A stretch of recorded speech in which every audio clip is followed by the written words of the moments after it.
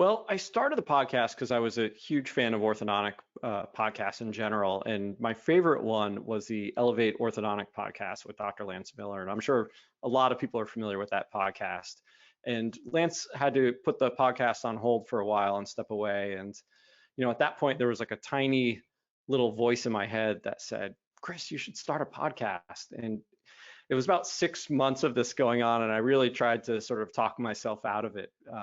Certainly have a lot going on in my life, and why do a podcast? But I really thought it was important to share people's stories. In particular, a lot of the other podcasts that were currently out there in the orthodontic space were fantastic, but they were focused more on maybe a business mindset, positivity, things of that nature. And I specifically wanted to highlight how inventors and innovators in the orthodontic space sort of went about bringing their product to market, just learning about sort of that entrepreneurial mindset in a way.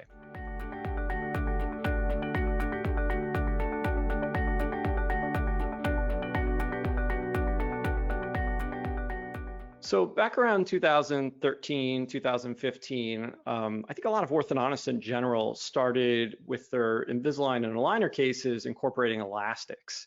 And the way that we originally worked those elastics into the aligners was oftentimes we would take parts from braces, whether it would be what's called the traditional lingual button, or possibly a second molar tube, or even these little attachments called Kaplan hooks. And we were using these with the aligner cases to hook the rubber bands up. And what we were finding over time is that patients were coming back and the pressure of the rubber bands were basically dislodging or causing a broken bracket, and they were coming off the teeth. And as you can imagine, parents aren't happy to pull their kids back out of school, adult patients aren't happy to miss work, and this was not only frustrating for patients, but ended up being frustrating for doctors to have all these emergency appointments in there. And so, I sort of noticed this trend. I was an associate at the time. I was working at several different offices. And one of the offices I was working at was a gentleman by the name of Dr. Rich Kay in New Jersey. And, one day I just sort of turned to him, and I don't know why this necessarily came to me, but the thought was, what if there were a button that fit right within Invisalign's cutout windows, just like a puzzle piece? Dr. Kay said, you should run with this idea. And I was at the time busy working at multiple practices, different offices, and I just didn't know how to bring a product idea to market, let alone have the time. So it took some back and forth. A couple months went by, and finally we decided to partner up and bring this product to market. So the original precision aligner buttons came out with Mid-Atlantic Ortho, and they're the metal ones that are made for molars. And now that MAO is a part of DynaFlex, there's actually a clear precision aligner button, and those are made to fit canines and premolar teeth. But I'd say the biggest feature of the precision aligner buttons is a maximized surface area, and that creates a stronger or a better bond strength to attach to the tooth. Also, the base pad of the button is shaped, it's like perfectly tailored to fit inside the cutout windows of the aligners.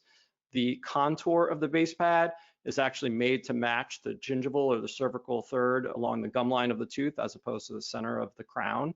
Also, we have an enhanced button head on there that makes it super simple for patients to attach elastic bands. And then the final feature that a lot of people really like is we have a positioning dimple. So if you take your Scaler or Explorer, it makes it super simple to position on the tooth.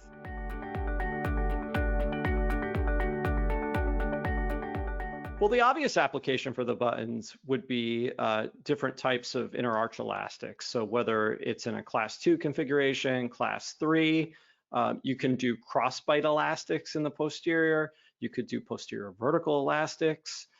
You could also do what's called a bootstrap elastic that was popularized by Dr. Jay Bowman. But some other, other applications for the buttons that people may not think of.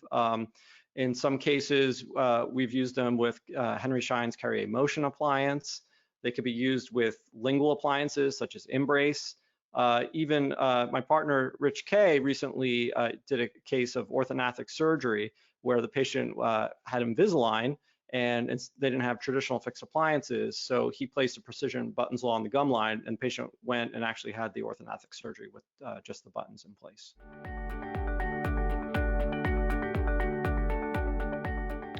Yes, in fact, so we really developed the precision aligner buttons specifically for Align Technologies Invisalign. But what we found through the years is that that sort of shape or cutout has been pretty standardized. There was never any intellectual property filed on that specific shape. And so we've had very good success with the buttons working with whether it's 3M Clarity aligners, Henry Schein Reveal, Ormco Spark, ULab aligners, especially if you're making your own in-house aligners. So it's a universal fit.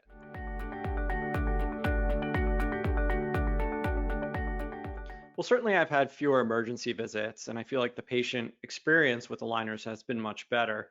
But one of the things from a clinical standpoint is I think attaching the elastic bands directly to the teeth, as opposed to using the slits in aligners, which they call hooks, results in more effective tooth movement and better bite correction as well.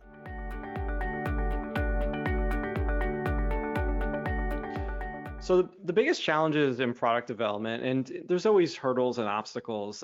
For us, once we licensed the product, we sort of assumed that the company we were working with knew the shape of the tooth at the gum line. And not only was the company we licensed it to weren't exactly sure, we basically spoke to a bunch of companies and no one really had this exact information. So that was a huge hurdle or obstacle in the beginning.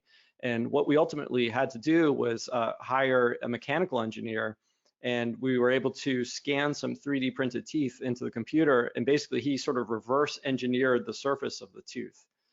So that was a challenging one. And then of course, the shape of the cutout window was not easily shared with us, so we had to reverse engineer that as well. So that also involves some scanning and some analyzation by the engineer.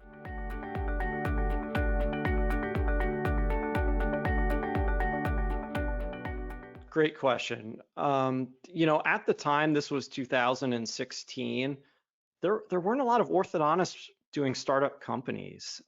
So we sort of just looked to other people in the industry that had success. And the two biggest ones at the time that came to my mind, at least, were Dr. Dwight Damon with, the Damon system, and Luis Carrier, who had, the Carrier motion appliance and SLX.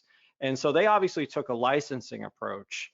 And to me, the licensing approach made sense because I never really wanted to give up being an orthodontist and seeing patients. And I knew if I did a startup company, that would be a full-time job. So I'm happy I chose the licensing route. There's times where there are certain things I might want to change. For example, maybe the packaging of the product. But for the most part, I think I made the right choice.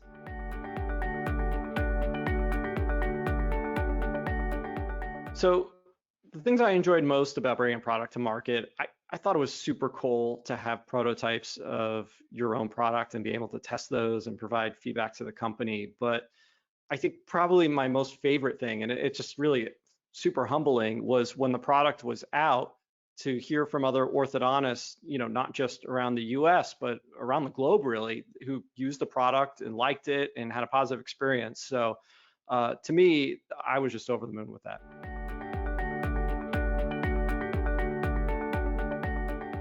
Oh, to me, the future of orthodontics is super exciting. I know there's a lot of change going on, especially with the direct to consumer market, but I love the digital element and the idea of digital treatment planning and doing digital setups.